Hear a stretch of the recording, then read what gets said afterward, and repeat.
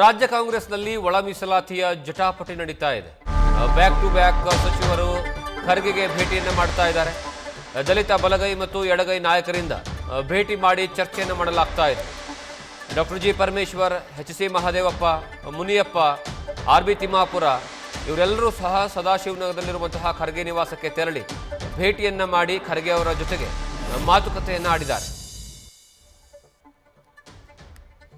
ಈಗಾಗಲೇ ಒಳ ಮೀಸಲಾತಿಗೆ ಸಂಬಂಧಪಟ್ಟ ಹಾಗೆ ಬಹಳಷ್ಟು ಗೊಂದಲಗಳೇನಿದ್ದಾವೆ, ಆ ಗೊಂದಲಗಳನ್ನು ತೆರೆ ಎಳಿಬೇಕು.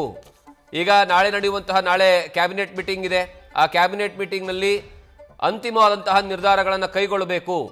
ಇದರಿಂದ ದಲಿತ ಎಡ ಅಥವಾ ದಲಿತ ಬಲ ಯಾರಿಗೂ ಸಹ ಅನ್ಯಾಯವನ್ನು ಆಗಬಾರ್ದು.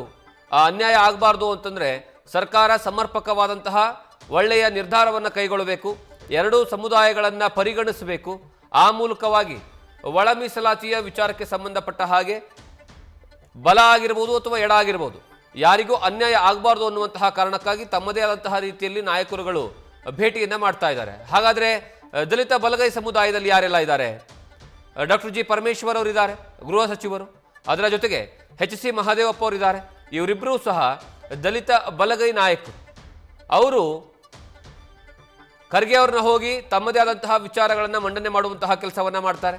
ಯಾವಾಗ ಅವರು ಹೋಗಿ ಭೇಟಿಯಾಗಿ ಮಾತುಕತೆ ಆಡ್ತಾರೆ ಖರ್ಗೆ ಅವರ ಜೊತೆಗೆ, ಅದಾದ ನಂತರ ದಲಿತ ಎಡಗೈ ಸಮುದಾಯದ ನಾಯಕರುಗಳು ಕೆ.ಎಚ್. ಮುನಿಯಪ್ಪ, ಇವರು ಸಚಿವರು, ಹಿರಿಯ ನಾಯಕರು, ಇವರು ಎಡಗೈ ಸಮುದಾಯದ ಪ್ರಮುಖ ನಾಯಕರು. ಅವರ ಜೊತೆಗೆ ದಲಿತ ಎಡಗೈ ಸಮುದಾಯದ ಆರ್.ಬಿ. ತಿಮ್ಮಾಪುರ, ಇವರು ಸಚಿವರು, ಇವರು ಸಹ ಹೋಗಿ ಇಬ್ಬರು ನಾಯಕರುಗಳು ಪ್ರತ್ಯೇಕವಾಗಿ ಹೋಗಿ ಭೇಟಿ ಮಾಡಿ ಮಾತುಕತೆಯನ್ನು ಆಡ್ತಾರೆ. ನ್ಯೂಸ್ ಫಸ್ಟ್ ನಿರ್ಭೀತಿಯಿಂದ ನಿಮ್ಮ ಪರವಾಗಿ.